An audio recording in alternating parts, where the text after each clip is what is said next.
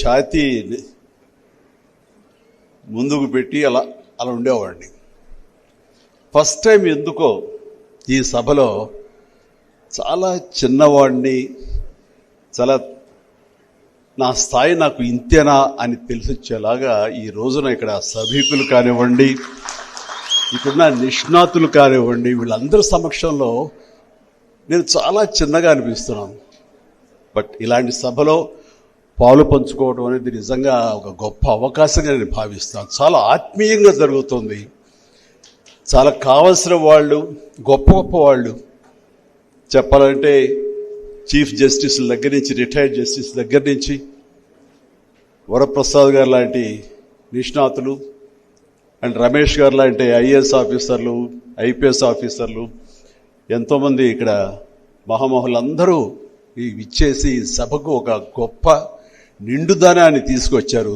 దానికి ప్రధానమైన కారణం ఈరోజు ఇక్కడ ఎవరికైతే సన్మానం జరుగుతుందో, ఎవరైతే దీనికి హీరోగా ఈ సభా కార్యక్రమానికి ముఖ్యంగా సన్మానకర్త ఉన్నారో ఆ సతీష్ రెడ్డి గారి మీద గౌరవంతో ఇంతమంది ఇక్కడ రావటం, అందులో నేను పాలు పంచుకోవడం అనేది నాకు చాలా చాలా సంతోషంగా ఉంది.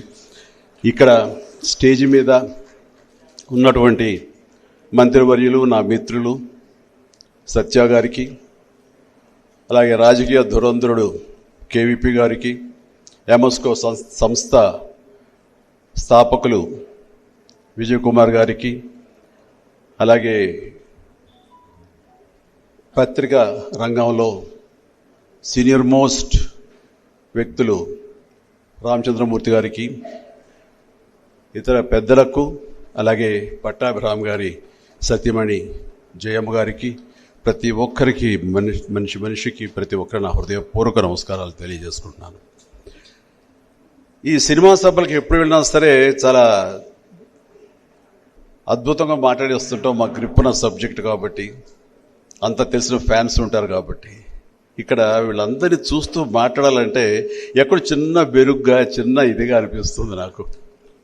కాబట్టి మీరు నాకు ధైర్యం ఇవ్వాలి. Thank you. ఎందుకంటే పెద్ద సైంటిస్టులు ఇక్కడ ఉన్నారు, నేను ఏం మాట్లాడగలను. పెద్ద న్యాయమూర్తులు ఇక్కడ ఉన్నారు, కొంతమంది డాక్టర్లు ఉన్నారు, లాయర్లు ఉన్నారు, ఐఏఎస్ ఆఫీసర్లు ఉన్నారు, ఐపీఎస్ ఆఫీసర్లు ఉన్నారు. ఇంతమంది మీ ముందు నేను మాట్లాడాలంటే కనుక ఎక్కడైనా ధైర్యం కూడగట్టుకుని నేను మాట్లాడాల్సి వస్తుంది, మాట్లాడతాను. నేను ఫస్ట్ టైం ఈ రోజున ఈ సభ చూస్తుంటే ఒక అద్భుతమైన సంగమంలా అనిపిస్తుంది.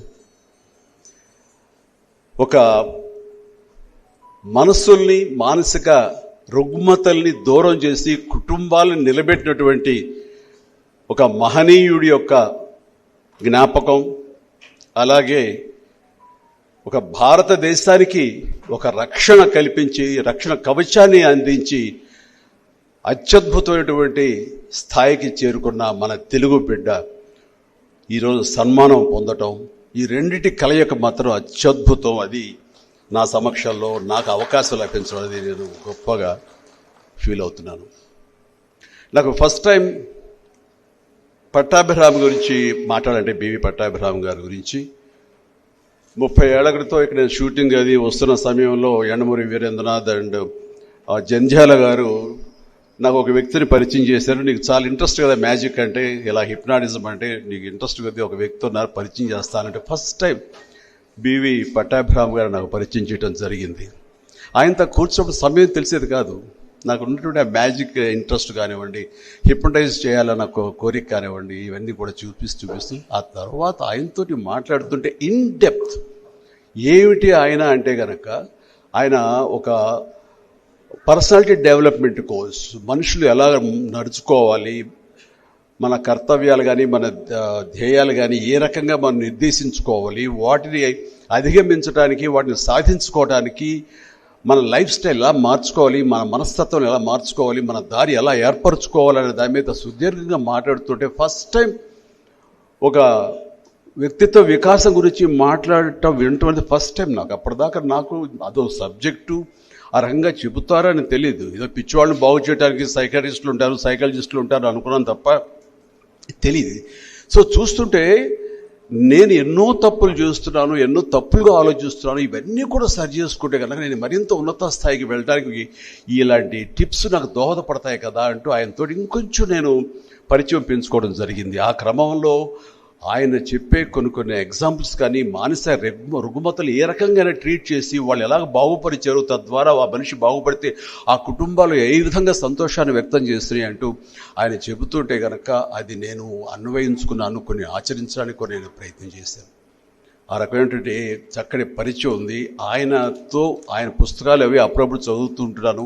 ఆయన చదువుతుంటే పుస్తకాలు చదివినట్లుగా అనిపిస్తుంది, ఆయన పక్క నుండి ఆయనతో ఆయన మాటలు వింటున్నట్లుగా అనిపిస్తుంది. అంత సరళమైన భాషతోటి ఆ పుస్తకాలు అవి ఆయన చదువుతూ ఉంటుంటే కనుక ఎప్పటికప్పుడు నన్ను నేను కరెక్ట్ చేసుకోవడానికి, నా తప్పుల్ని ప్రక్షాళన చేసుకోవడానికి, నన్ను నేను సరైన మార్గంలో పెట్టుకోవడానికి పట్టాభిరామ్ గారు లాంటివి రాసిన ఆ రాతలు నాకు ఎంతో ఉపయోగపడుతూ వచ్చాయి. అలాంటి వ్యక్తికి సంబంధించినటువంటి ఈ ఒక అవార్డుని ఇవ్వాలి అన్న ఆలోచనకి విజయ్ కుమార్ గారిని నేను మనస్ఫూర్తిగా అభినందిస్తాను. ఆ సలహా ఇచ్చినటువంటి రామచంద్రమూర్తి గారిని కూడా నేను అభినందించక తప్పదు. ఎందుకంటే ఒక మనిషి ఏమిటంటే మనిషి మన మధ్యలో లేనప్పుడు ఆయన విలువ మరింత తెలుస్తుంది. భావితరాలకి వాళ్ళ గురించి మనం చెబితే కనుక వాళ్ళు మరింత ప్రభావితం అయ్యి వాళ్ళ జీవితాన్ని మరింత సార్థకం చేసుకోవడానికి ఎంతో ఉపయోగపడుతుంది. ఆ రకమైనటువంటి ఒక సేవ చేస్తున్నటువంటి పట్టాభిరామ్ గారి పేరుకు సంబంధించి వారిని మనస్ఫూర్తిగా అభినందించాలి. అయితే ఇక్కడ సతీష్ రెడ్డి గారు మిత్రులు, ఆయన చాలా సామాన్యమైన ఉంటారు. ఆయన గొప్పతనం ఆయనకి తెలియదు అనిపిస్తుంటుంది. ఆయనతో సంభాషిస్తున్నా, ఆయనతో కూర్చుంటున్నా సరే ఒక గొప్ప వ్యక్తి. ఎందుకంటే గ్రేట్నెస్ లైస్ ఇన్ సింప్లిసిటీ అంటారు. దానికి ప్రత్యక్ష నిదర్శనం సతీష్ రెడ్డి గారు. దాదాపు 2018లో అనుకుంటా ఒక రవీంద్ర భారతిలో ఒక ఫంక్షన్ జరుగుతుండగా నేను నా పక్కనేమో వెంకయ్యనాయుడు గారు ఉన్నారు. మాట్లాడుతున్న సమయంలో ఆయన సడన్గా ఏదో ఫోన్ వస్తేను ఎవరో పిలిస్తే చెవులు ఏదో చెప్తే గబుకుని పక్కకి వెళ్ళారు, మళ్ళీ వచ్చారు. నేను చూసి చాలా హ్యాపీగా కనిపించారు. ఆయన ఏంటంటే నన్ను సంతోషంగా ఉన్నారని. ఏమి లేదు, మన నెల్లూరు వాస్తవ్యుడు మన కుర్రోడు డిఆర్డిఓకి చైర్మన్ అయ్యాడు, చాలా సంతోషంగా ఉంది అన్నారు. చాలా ఆశ్చర్యం. అప్పుడే ఫస్ట్ టైం నేను సతీష్ రెడ్డి గారి గురించి వింటాం. అది ఆయన పైగా మన ఊరే, మన నెల్లూరుని ఎందుకన్నారంటే మాది సగం నెల్లూరు కాబట్టి అమ్మది. నాకు చాలా సంతోషం అనిపిస్తుంది. అవునా అండి. అప్పటి నుంచి సతీష్ రెడ్డి గారు కానీ ఆయన ఏంటి, ఏ రకమైన ఏ రేంజ్ శాస్త్రవేత్త, ఆయన ఇంత స్థాయికి చిన్న వయసులో ఈ స్థాయికి రావడానికి ఏమీ దోహదపడి అనడానికి నేను ఆయన అబ్జర్వ్ చేస్తూ ఆయన తెలుసుకుంటూ ఉంటే కనుక నాకు మిసైల్ మ్యాన్ అబ్దుల్ కలాం గారితో నాకు వ్యక్తిగతంగా పరిచయం ఉంది. ఆ తర్వాత అంతటి సామర్థ్యం ఉన్నటువంటి ఆ రకమైన నేపథ్యంలో ఈ రోజున మనం గర్వించే వ్యక్తి ఎవరైనా ఉన్నారంటే అది సతీష్ రెడ్డి గారు అంటే ఎలాంటి సందేహం లేదు. చాలా సాదాసీదా రైతు కుటుంబంలో పుట్టి ఒక పల్లెటూరులో జన్మించి 6వ తరగతి వరకు ఎలక్ట్రిక్ లైట్ ఏంటో తెలియకుండా గుడ్డి దీపాలు పెట్టుకుని అక్కడ చదువుకుంటూ, అక్కడ ఏమాత్రం ఎడ్యుకేషన్ సంబంధించి సాదాసీదా చదువులే మనకి.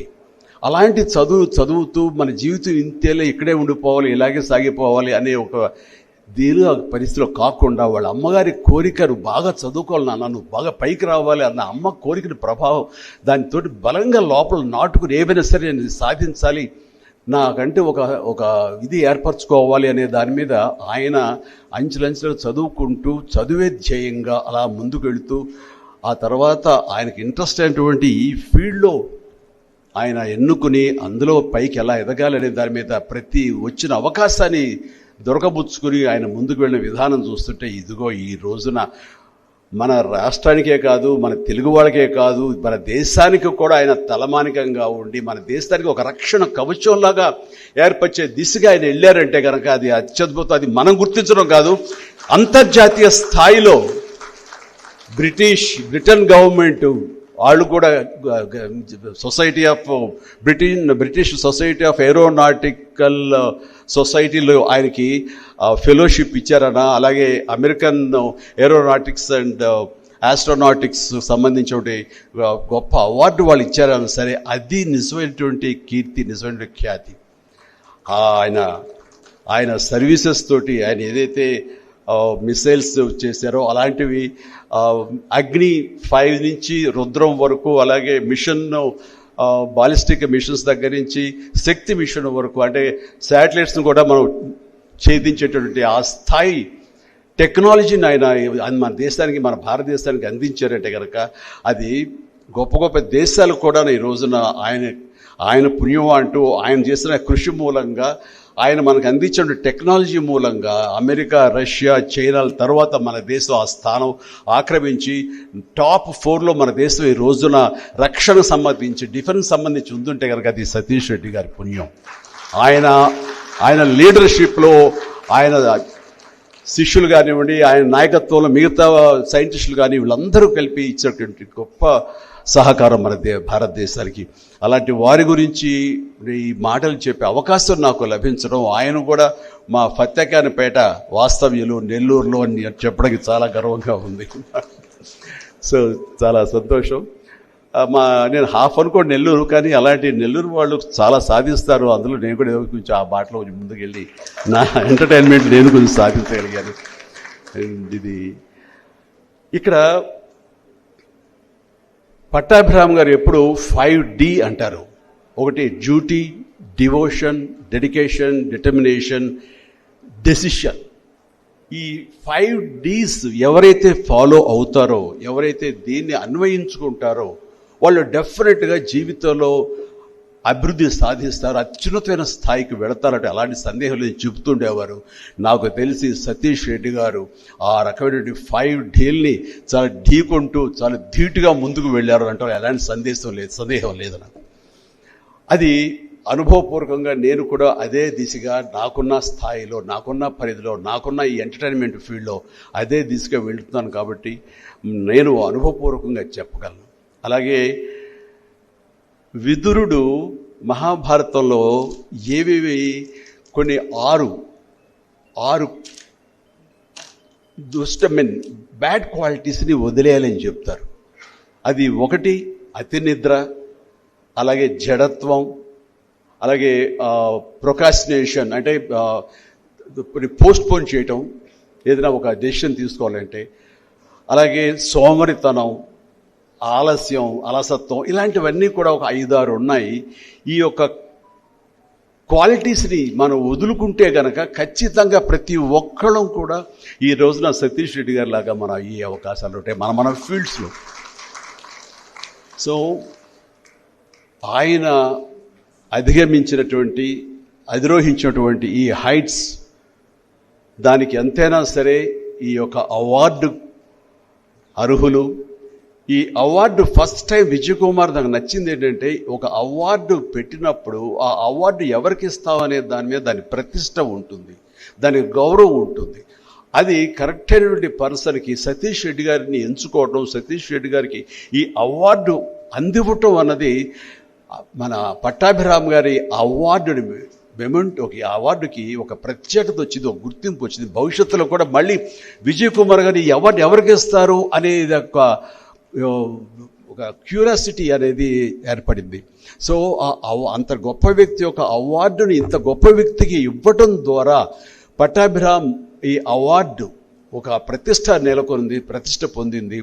అంతటి గొప్ప అవార్డు ఫ్యూచర్లో ఇది అలా కొనసాగుతూ ఉండాలని, గొప్ప వాళ్ళని ఎంకరేజ్ చేస్తూ ఉండాలని విజయ్ కుమార్ గారు ఈ అవార్డుకి ఎంపిక చేయడంలో యావత్ భారతదేశంలో గొప్ప పేర్లు తీసుకొచ్చిన వాళ్ళు, ఒక ఎగ్జాంపుల్గా నిలబడిన వాళ్ళు, ఫ్యూచర్ యూత్కి స్ఫూర్తిని అందించే దిశగా ఆ విధంగా మీ వంతు సహకారం చేయాలని అండ్ మనస్ఫూర్తిగా నేను మీరు చేస్తున్న ఈ కార్యక్రమానికి నేను హాజరైనందుకు కానీ నన్ను పిలిచినందుకు నా ధన్యవాదాలు తెలియజేస్తూ, వచ్చిన ప్రతి ఒక్కరికి నా హృదయపూర్వక నమస్కారాలు తెలియజేసుకుంటూ ధన్యవాదాలు తెలుపుకుంటూ సెలవు తీసుకుంటాను. జై హింద్.